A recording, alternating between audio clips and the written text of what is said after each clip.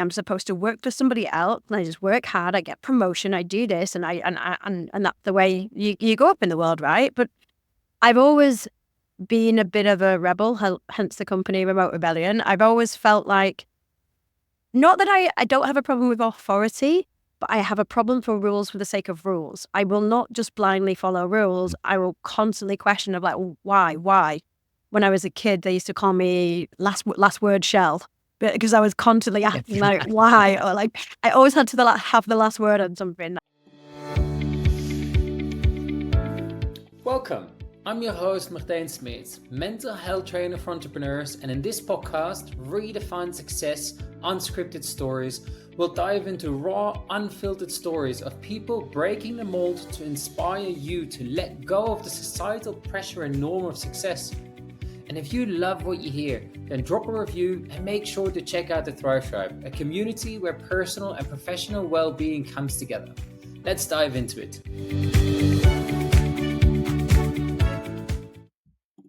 Michelle, what an interesting story we have here today. So she saw me in Bansko, a Nomad Fest that we were both at, and she introduced me to a very cool collaborative partner, and then we got into a conversation, and here she is on the podcast, a very, very interesting story of someone who was a recruiter for 7 years and, was living the digital nomad life when Corona came on, like working from home.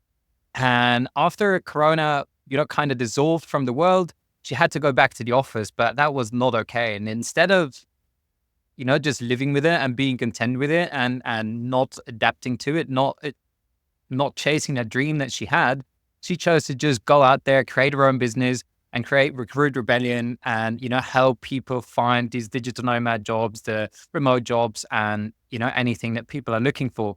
And I heard a little bit about the story, from Michelle already, but I'm definitely looking forward to dive deeper into it, to, dive deeper into what success is for you, what the challenges were, and, what helped you to get you where you are today. So welcome and thank you for joining us.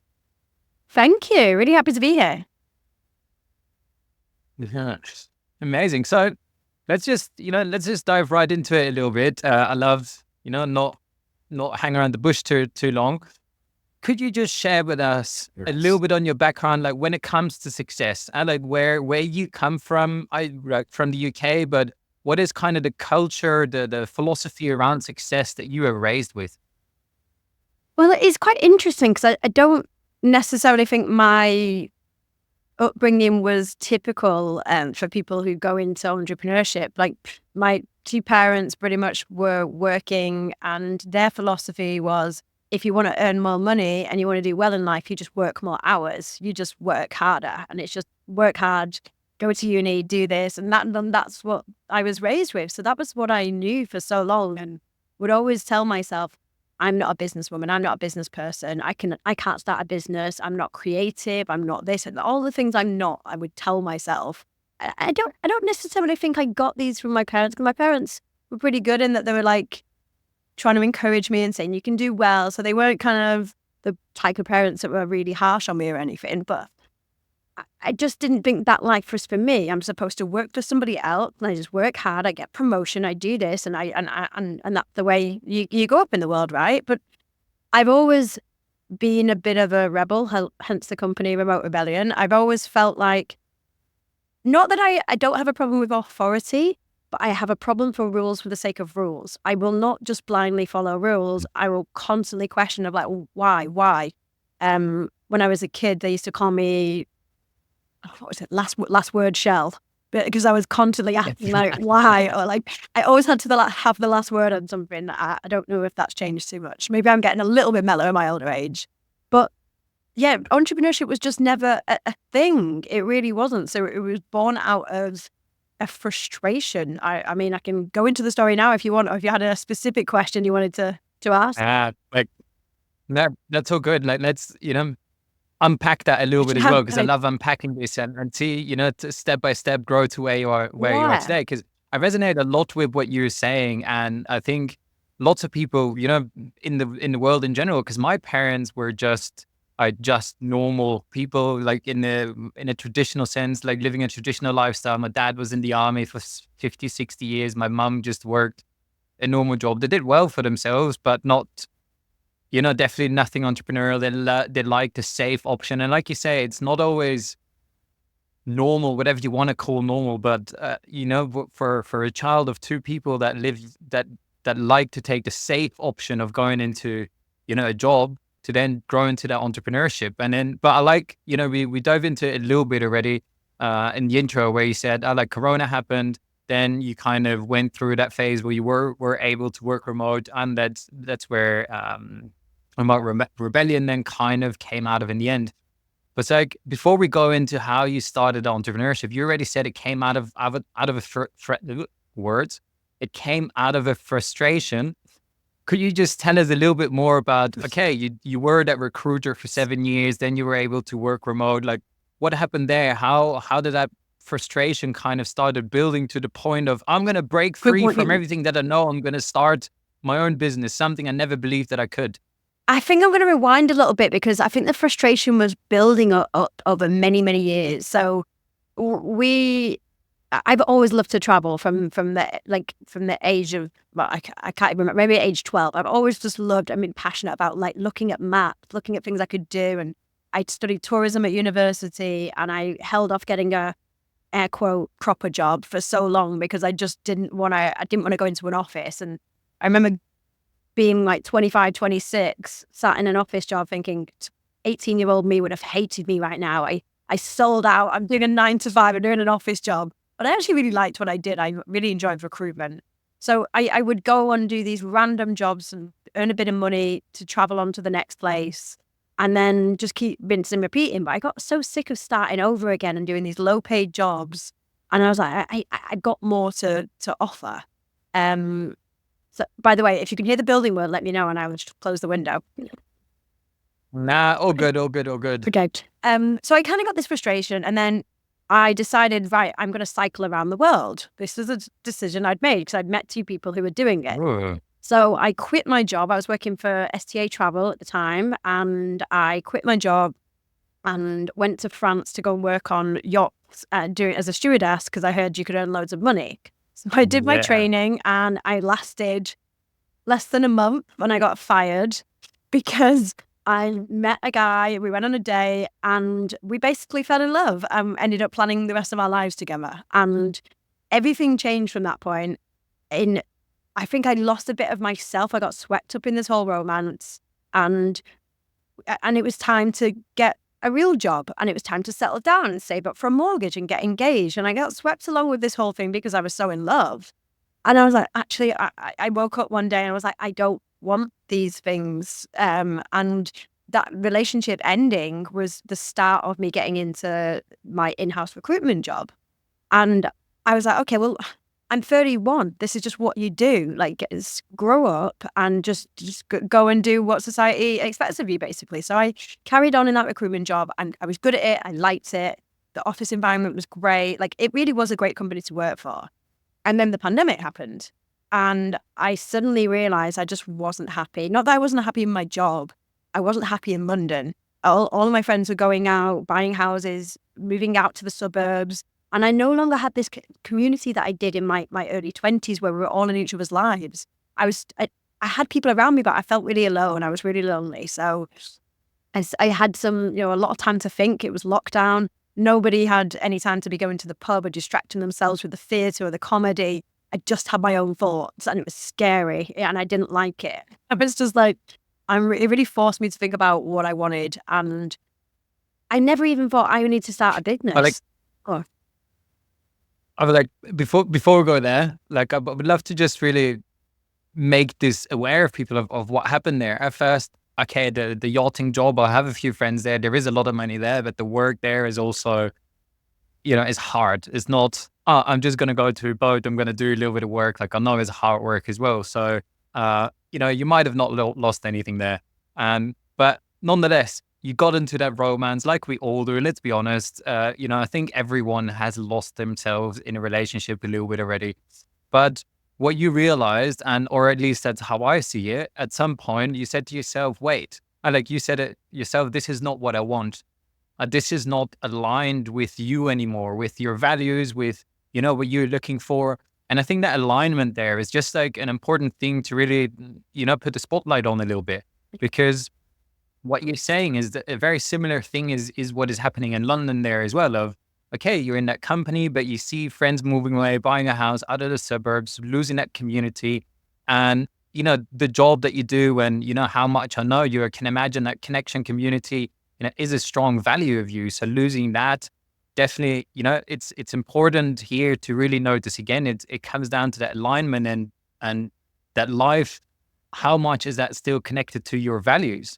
And, this is a question that sometimes people leave way too long, I feel like, because I'm pretty sure one or two or maybe many more people are listening. They're in a similar situation where they're not sure. Well, ask yourself, how aligned are you to what you want? And if need be, go out there and make the change. But because, Michelle, tell us, what is the change that you made?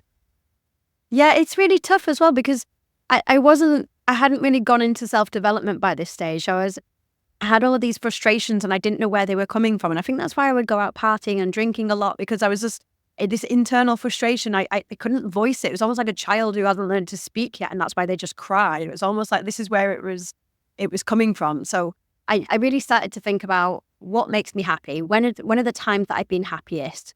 And I bulked it into themes. And the one theme was community, whether that was at university, having your friends around you, moving to London, having a new group of people, or even like school times. There was community was a core thing, and also being around water. I used to dive. I did a surfing camp the year before. So anything around like water-based, just in the sea, around the sea, I was at my happiest. So it's March 2020, and I'm like, okay, well, we can't move out the country. We can't even leave the house. Like, what am I going to do? So as soon as I could, I got a visa, got a flight to Bali, and I said to my boss, hey, the office is closed for the foreseeable. This is April 2021. The office is still closed. It's locked down. I'm going to go to Bali. And he's like, right, as long as you come back when the office opens up, it's all good. I'm like, okay, fine. That's when I'll go back to reality. And I didn't see this as a long-term thing. I really didn't. I thought I'll milk this as far as I can for as long as I can, and then I'll go back to the real world and do what everyone's supposed to do. And then when he called me 2 months later, I was holding on for dear life, like, absolutely not. I cannot go back to London. There's no way. I just can't do it. And he's like, well, that's company policy. You need to come back. And I'm like, no, I can't do it. So I quit without anything to go to, and had no savings. I had a mortgage to pay in London, but I just knew I couldn't go back to it. And I sat there and thought about it and thought, right, what is the worst case scenario? The very worst case scenario, I can't get another job.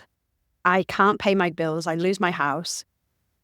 I could get to live at my sister's house. I have a roof over my head. I have family around that love me, and I've got food on the table. That's my worst case scenario. I'm doing pretty well.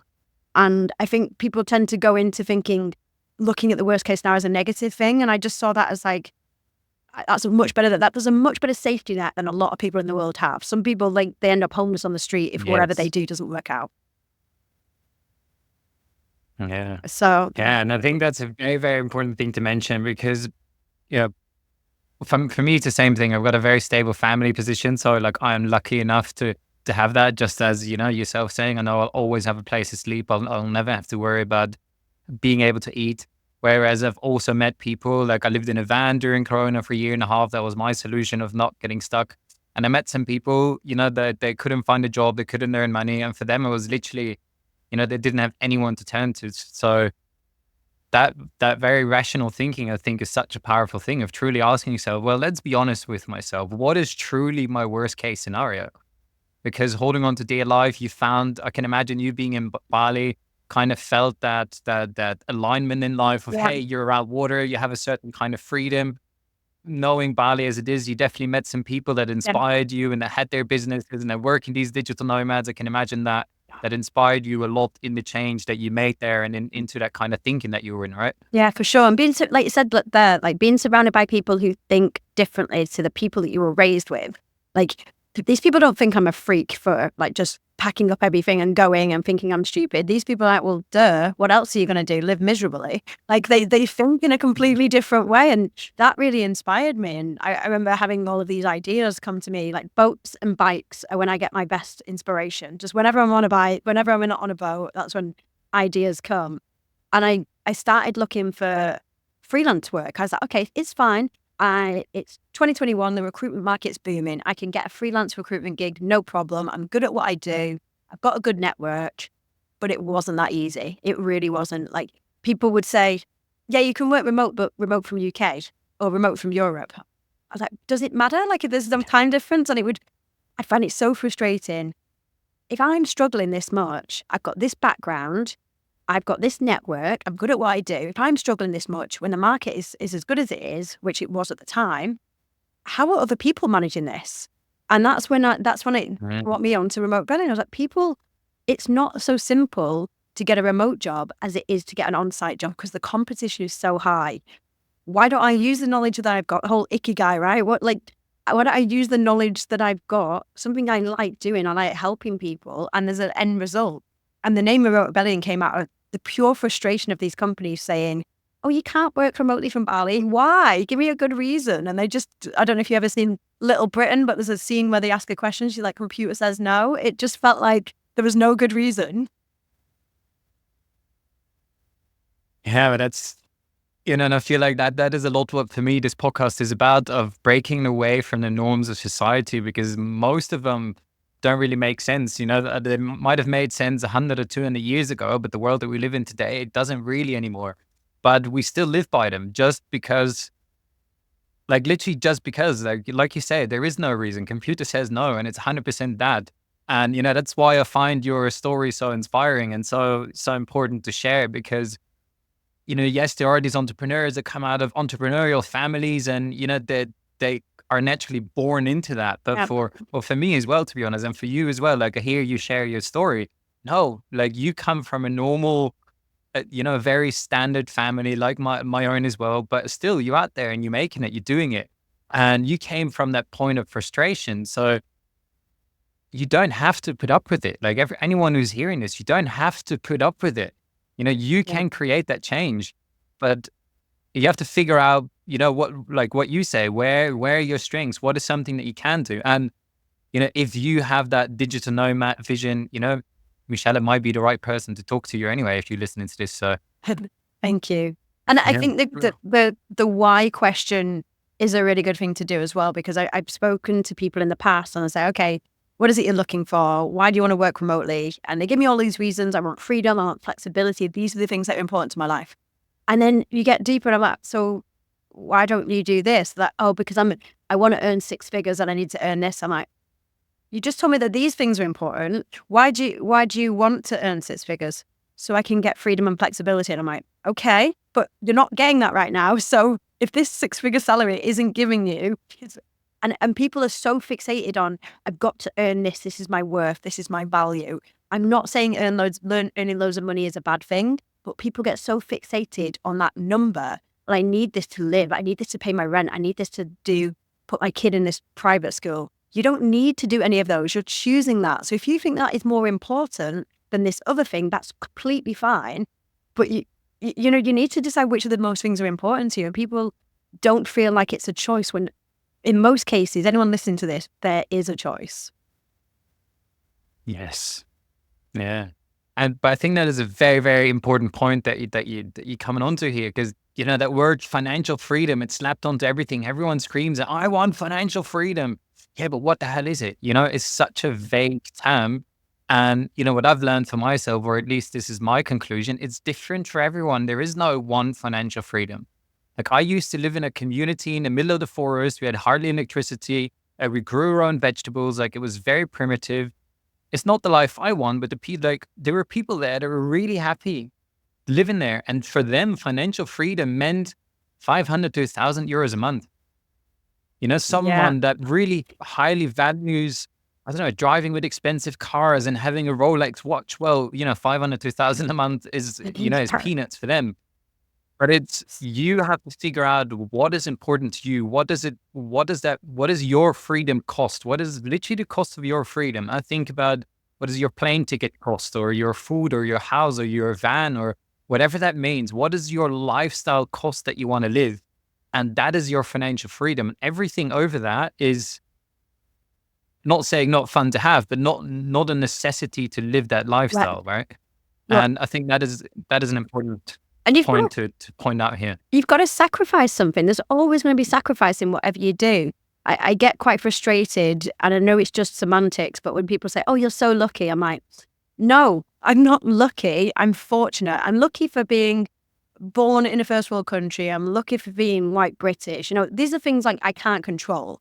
But the things that I've gone out and done, I've done this off my own back, and I've made sacrifices. I don't get to hang out with my family, my nephews. I don't get to see them grow up the same way I did. I also give up on certain friendships that I've left behind because we're not aligned anymore. Like you make sacrifices. It's not all sunshine and roses and this digital nomad life is the perfect life. It's not for everyone. You do sacrifice things. 100%. But us talking about that, I'm actually, and about the money part, because this is a question that I always like asking people, because we talked about the alignment a little bit. You say you're the most happy around water, ships, boats. Of course, no business is a business if you're not earning money, right? So money is of course important to all of us. But when you really look at your successful life and you feeling successful in life, how important is money in that story?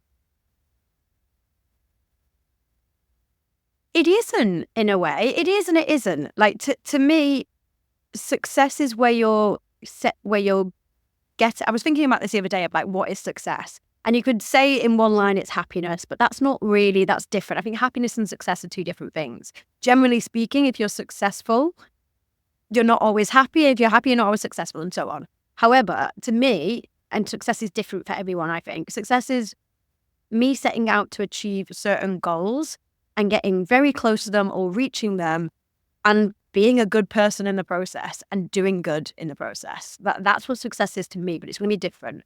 Now, my financial goals for me, financial success is where I'm earning more every year. I'm earning enough to sustain my way of living, to save up, and to be able to treat the ones that I love without having to worry about what I'm spending. And I think that is a very, very beautiful and well thought through answer. Because again, you're not putting a very specific number on that financial success, whether it's 100,000 or 1 million or 10 million or 1 billion. You really say it's to support my lifestyle, to be able to give back, to earn, to save. And I think that is something that many entrepreneurs in the world, or at least many entrepreneurs in the world that I talk to, when they're not into that personal development stage, they always have that number on their mind. But when they almost reach that number, then all of a sudden it's a number higher.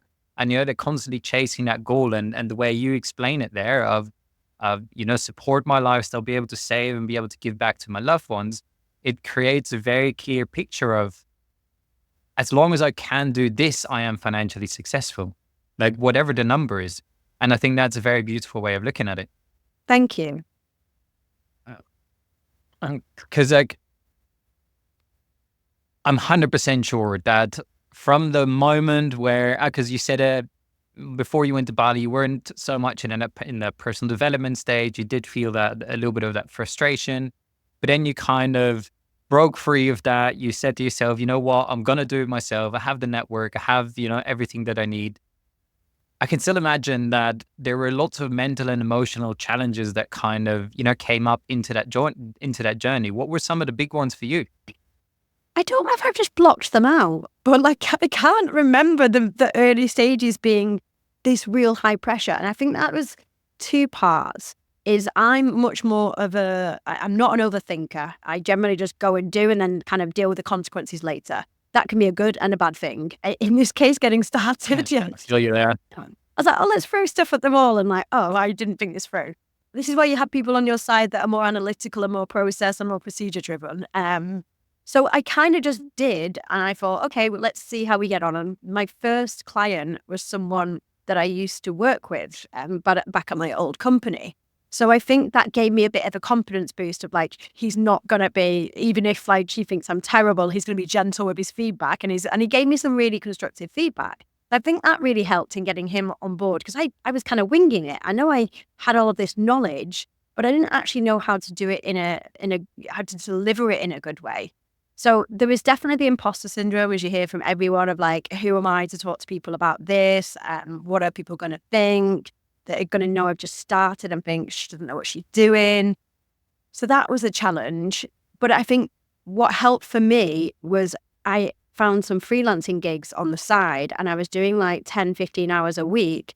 So that kept the money coming in. And there's two types of people. People like burn the boat, go all in on something, don't have a backup. And I wasn't. I felt more secure, especially if you're taking financial, like you're taking money from people who are putting their faith in you. You don't want to pushy sell stuff because you need the money. You want to make sure you're doing it for the right reasons for both of you. So that was really important to me, to make sure that I had enough money coming in that I didn't need this client. I didn't need their money. So that really helped for me. Yeah. Yeah, and I think that's a very beautiful way to look at it, and definitely something I had to learn the hard way as well. Because in the beginning, I just came out of living out of a van, kind of lived through my savings, and I was like, okay, I'm going to start a business. So I definitely know how it feels in the sense of, I need this client, but then had to learn to shift of fully, service first, and then, but it's very, very powerful to say, that it wasn't as difficult as many imagine, and as it is for some as well. You say that imposter syndrome came up, but the other thing that you shared is you had that person that kind of supported you, gave you some feedback, and you mentioned that a few times before of you had to network. And I think when I hear your story, I think that played a really, really big role in your story. Am I right? Yeah, it did. Not necessarily to find the freelance work, but to realize that there was people that I had touched in life without even realizing it. Like I had people reach out saying that they remembered how great I was in the recruitment role, or how much time I gave to them, and and I was like, I didn't even realize that I had made an impact on someone. So that was a real wake up call, especially being European. We're not so good at shouting about how great we are as people from other parts of the world. So to say like I'm a good people person, and I see people and I'm empathetic and I'm all of these great things, it feels a bit icky. So it's like, but I started to realize, if a few people are saying this about me, maybe I am these things that they're saying. So I think that was a real confidence boost on leaning into the things that I'm good at. And I love connecting people. I made the introduction with you and the person in marketing, because I really love to do that.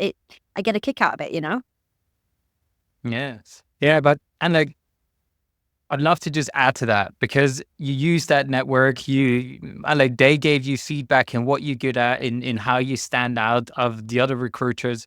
And, you kind of use that as your brand identity for your business as well. And, how people see you now. And I was listening to this podcast this morning, and he said to me, Facebook started, if I remember right, in, what they say, in 2006, I think.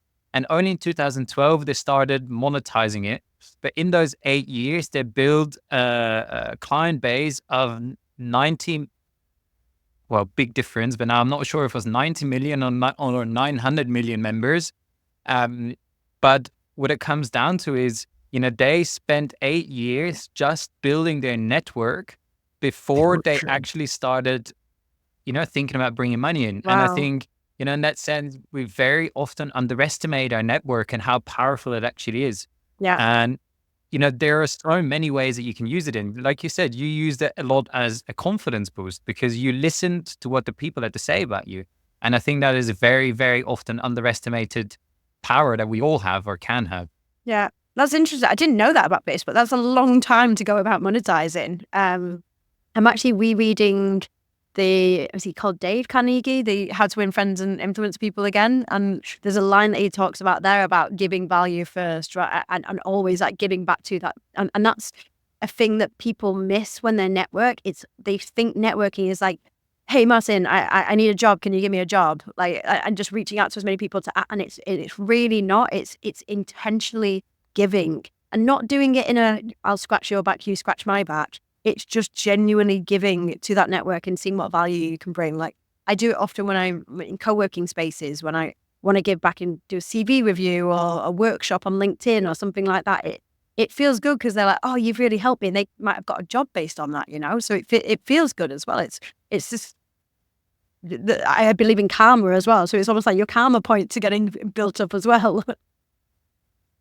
Yeah, 100%. It's one of the 12 universal laws. Now I forgot how it's called specifically, but it comes down to that. What comes around goes around, and it's literally that. Like, and even though it doesn't come back directly through that person, it's gonna come back it's gonna come back somehow. So yeah, and I feel you in the same way. It's all about giving, and in that giving process, you gain a lot of confidence for yourself as well. I feel like so. I Right. mean, like Sure. another question that I know that lots of people struggle with when they try to break free from whatever situation they feel like they're stuck in is the judgment of others. What is someone else going to think when I now, like you said, I'm going to move to Bali, or I'm going to say, screw this job, I'm going to start by myself. I can imagine, I'm not sure from your community, from your network, you also had a certain sense of judgment coming up when you did all of these things. How do you deal with that, if there was any at all? Um, I'm quite fortunate in that my friends and family know me as, oh, that's just Shell. That's what she does. She does these weird things and weird challenges. And so I never really felt judged unless I did and I didn't care about it. I don't generally care about that kind of stuff. But I read something about the people who judge you. They were saying, it was put much more beautifully than I'm going to put it, but it was basically like, the people in the gym that are judging you are not the big bodybuilders. They're not big guys who are putting the time in. It's the people that are going a few times a week who don't actually know what they're talking. I think it's an Alex Hormozy quote, and he was basically saying that the people who are judging you are the people that don't have their shit figured out. They're the people that are trying to work it out themselves. They're the people that are happy, the people that are successful. They are not going to put you down. So the people that are judging you aren't going to be the people that you're aspiring to look up to anyway. Nah. Nah. And, with that, I always like to think, if someone judges you for you chasing your dreams, do you want that person in your life? Someone once gave me the advice, and I think it's still one of the most powerful things of advice that I've ever had, of only take advice from the people that live a life that you want to have. Because, I love my parents to bits, like nothing against them. I'm very proud and happy of how I've been raised. But if I would constantly listen and follow their advice, I would create a life very similar to theirs, instead of, the life that I want. So that's something very powerful to think about, when you deal with judgment as well, of like, who is actually judging me? So I love that you put it that way. And like, of course, very, very happy for you that you never had that feeling of your community of being judged, because that's definitely something you have to kiss both hands for. Yeah. Yeah. Yeah, and like, might put you on the spot here a little bit, but someone said this in a previous podcast. When was it? In the 15 or 1600s? Like, she actually dove very deep into what the meaning of success is. And in the 1600s, like the textbook definition was literally like in different words, but what it came down to was being in the process of. So success was being in a process, moving, like going forward, taking steps. Whereas now it's all of, or at least that's the societal ideal, in my opinion. It's very much of achieving one specific goal. If I achieve this goal, then I am successful, right? If you would be able to write a completely brand new textbook definition of what success is, what would that be for you? Oh, interesting. Success is reaching the goals that you set out for yourself. Like, I mean, maybe that's even like what the textbook definition is out there.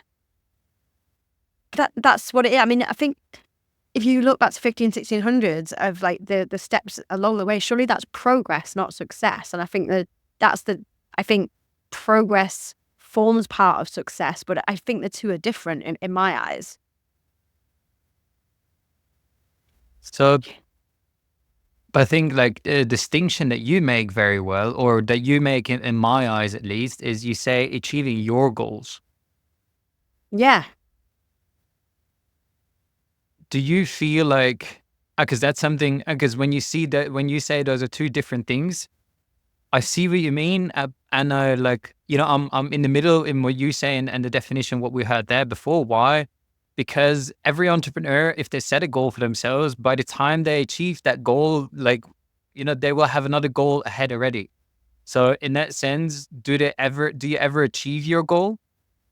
Yeah, but why not have many goals? And they could be micro goals. It could be, my goal is to drink a gallon of water today. Like, I'm successful in that thing. It doesn't have to be these big overarching, like, and that's again different to success and a successful person. Like, the definition of a successful person, I think, has been warped in the media. The definition of a successful person is earns $1 million, has this car, is adored by many, has loads of followers. It's all BS, I think. But that's what the media defines as a successful person. And I think that's where the lines get blurred of what success is and what a successful person is in the eyes of who cares. And what would you call a successful person then when you say that? A successful person is someone who is happy in their life that they've set out for themselves and is a decent human. So would you say that success is an emotion, a feeling, or something achievable, something materialistically achievable? Definitely a feeling. Because I think you can look at a lot of successful people, air quotes in there, and most of them are not happy and not content and probably don't feel that successful, even though the outside world sees them as that. So I see myself as a successful person, but I don't see that in I'm higher than anyone else. I'm like, I'm doing what I'm setting out to do. I'm balancing my mental health, the happiness, and what I'm doing. That's, for me, I'm at success. Doesn't mean I don't have more goals to reach. I do. Yeah, I don't know if I've explained that well. Like I'll explain how I understood that, because I think it's very, very beautiful how you strung all of that together, in the sense of, I asked you what success is. You said it's achieving a certain goal that you set for yourself. And there I said, it's already that goal that you set for yourself. That was the interesting part. Then you kind of said, that you see that difference of something being a success and being a successful person. What I also love that you bring in there, because how you put that there is, and that's what I loved, how you said it. It doesn't matter what kind of goal it is. It doesn't have to be earning $1 million. Like, literally, I want to drink a gallon of water today. If you do that, you are successful in that. And I think that is something very empowering for a lot of people when they feel very unsuccessful. Like, the goals don't have to be that big and don't have to be as warped by the media as, you just explained. It could literally be that. Like, for myself, a very good practice, and maybe one of my most productive practices, and make me feel the most successful than any of my habits that I do, is I try to do it evening. Mostly it ends up being in the morning, but I just have my little book, and every day, before I do anything else, I write down a few little tasks. And they're achievable. They're sometimes challenging to do in a day, but I always feel they are achievable. And 80 to 90% of the time, I will finish all of those tasks. And that makes me feel successful that day. Whilst if I would really have my big to-do list of, and then I'm thinking I need to clean the house, I need to call this person, I have 2 calls, putting all of that on one list, the list never is done. So I never feel successful on that to-do list. And I feel that distinction that you made there of being successful in the small tasks is so empowering for so many people. So thank you for adding that into it. Yeah, exactly. And I think I like that you do that as well. I need to get better at actually making smaller goals and not like massive to-do lists. So you've reminded me of that one. And I say the gallon of water, as you might be able to tell, I keep sipping this water because I'm doing the 75-day hard challenge. So this is day 3 and I'm already sick of drinking water. It's 75 day is a long time. Like, is it the full challenge with the exercises, with the whole shebang? Yeah, the only thing I'm adapting is the diet, because I love food so much and it will make me miserable if I'm sticking to the same food every day. So I'm adapting that to just eating no rubbish and then eating with a time window, but everything else I'm sticking to. Yeah, but that's very, very powerful. That's a very long challenge, and like I wish you the best of luck. But Thank I you. see you doing well with water. It's all about habits, and you got this. Miguel. I'm not successful Um, yet, but I'm successful in my 2 days that I've done out of 3 so far. but you say to yourself, "I'm successful for those past 2 days," and there's Yeah. so many people out there that would say, "I know I'm struggling now already. I'm definitely a failure."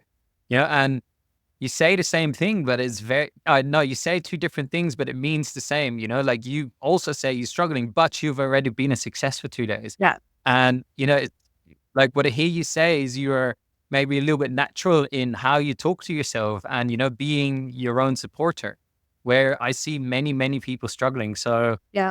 I think that is a very good example for many, many people. So cheers for sharing that with us Thank today. you. I'm curious to Like, know, do you think that's inherent, or do you think that's something that you can obviously get better at, but do you think you have that within you based on nature, nurture, or do you think that's something you can develop, that internal voice?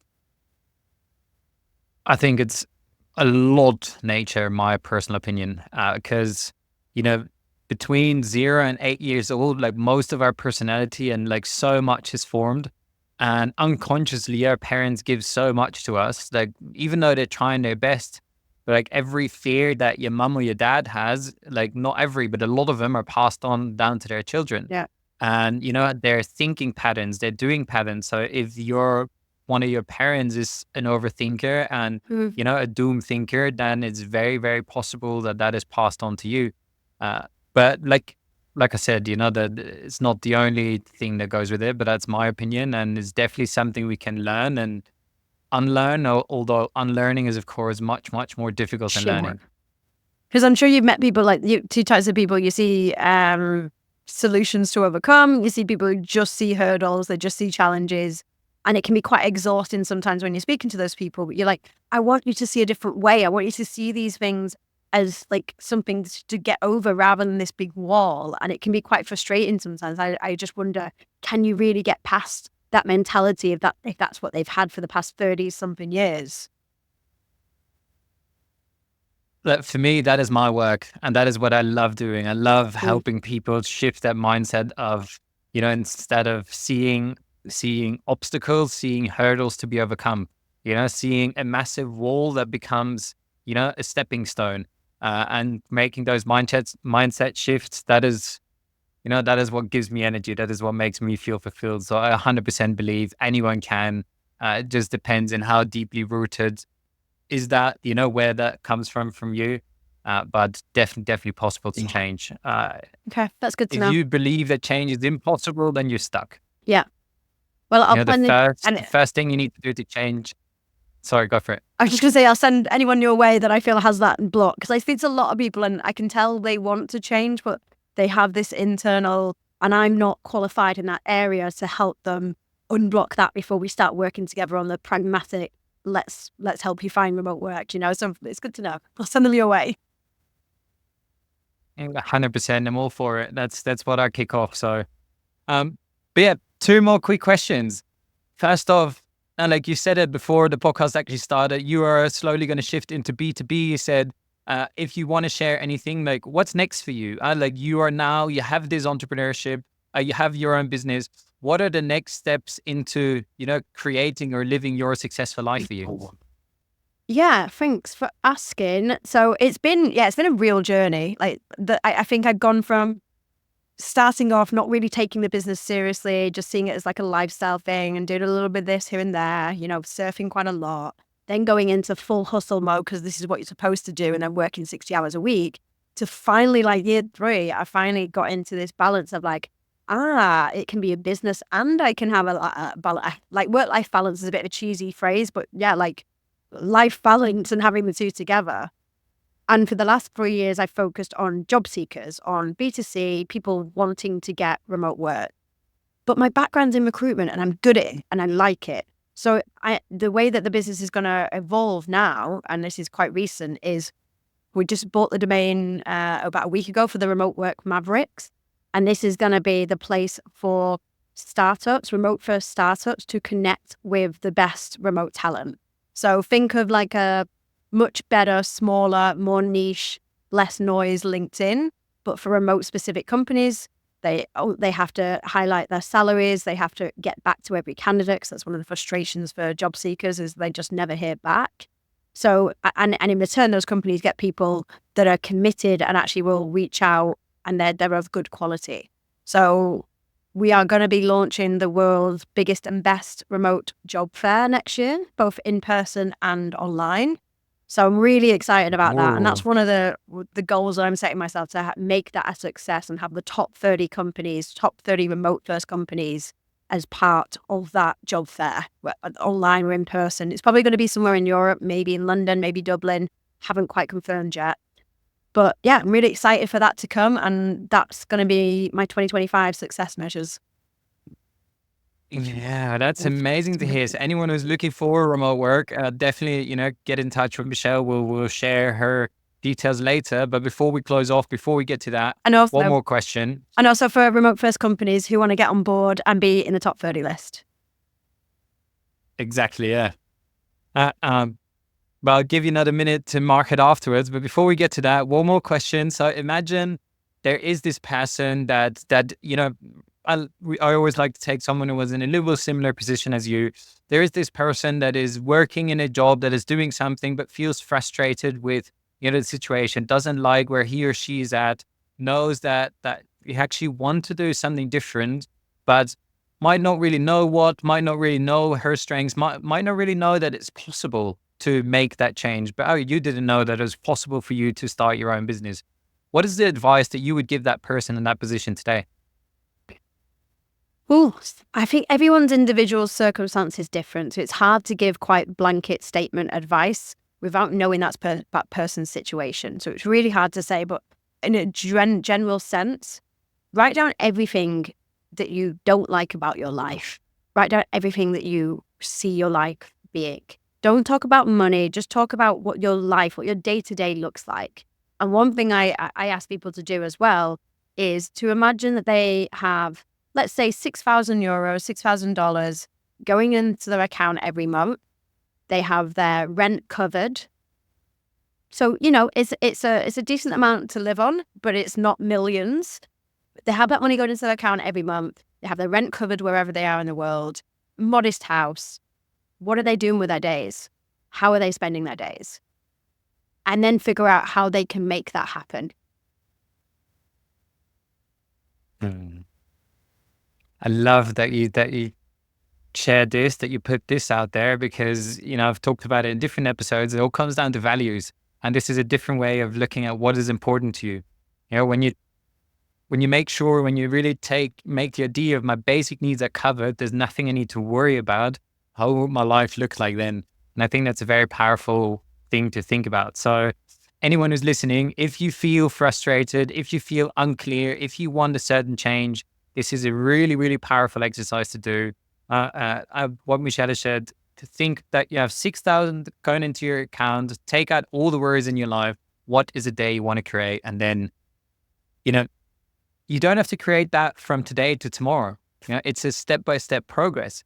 Literally, if you want, for example, to spend more time outside, or you want to spend more time in nature, if that is something that comes up, you don't have to fly to Bali to go and live in the jungle there. You can literally, in the middle of London, go to a park and take half an hour walk in the park every day. You can start going to that life in little steps. And I think that's a very important thing to give with that as well, because people always think it has to change from now to tomorrow. Yeah, exactly. Like before I actually moved, I skipped a bit of the story, but before I moved to Bali in April 2020, I had a camper van as well. And I drove down to the southwest coast of the UK. It was lockdown. I got stopped by the police on the way. I was a bit naughty, but I just had to get to the sea. I had this urge. I was like, we can't leave the country. I have to get. So that was my stepping stone. I was by the sea in the UK. I was able to surf. And that gave me much more headspace to think even more clearly of like, well, okay, what's the next step after this? So like you said, it can be steps sometimes. Yeah. Amazing. Beautiful journey, I think, of wanting change, creating your own opportunities. And, a red line through your journey. What I hear now as well is that the alignment, first alignment, I want to be with the sea. I want to create, whatever you want to create. And now within that business as well, you like the recruitment, working together with the company. So now you're creating that change. You're constantly looking for yourself. Where can I find more alignment with your own strengths, with your own desires, your own passions? So thank you for sharing your journey here, Michelle. Like, share with the listeners, where can they find you? If there is any specific event coming up in the near future that you want them to look out for, your links, they will all be shown in the show notes, but this is your moment. Awesome. Thank you. So pretty much everywhere, the main places are LinkedIn, Instagram, Remote Rebellion, remoterebellion.com, same on LinkedIn and same on Instagram. You'll find me. And don't have Amazing. any events coming up this year. We will have a masterclass coming up in November, but it's all in the process at the moment. I'm taking October off because my right-hand woman who's helping me out is taking a break and I can't do anything without her. So I'm taking a break for October. I said no events in October because I'm lost without her. Shoot. But again, you allow yourself to lean on other people, to lean on your network, to lean on your community. And I think that's a beautiful thing because we don't have to do it all alone. No. You don't have to find that remote job. For that, you can find Michelle. If there are mental challenges, like Michelle has said, like, feel free to reach out to me. I'm there for you. But find someone that is aligned with you, that can help you, that might be a few steps ahead of you, that can give you some advice, whatever it may be. Don't do it alone. And you deserve to live that life. Everyone is listening. For sure. So go out there and create it. Yes. I just really want to thank you for being here, Michelle, and have a wonderful day. Thank you for tuning in, and I hope this episode was valuable to you. And if it was, share it with someone else who might benefit from it as well. And if you want to support the podcast a little bit more, a like, a subscribe, or even a review could go a long way. And if you are looking for more weekly insights, practical tips filled with resources and updates on future free workshops, then sign up for the Thrivewire, my bite-sized value-focused newsletter to help you thrive beyond the hustle. Sign up at www.thethrivetribe.space/newsletter or find the link in the description. Thanks again and see you in the next episode.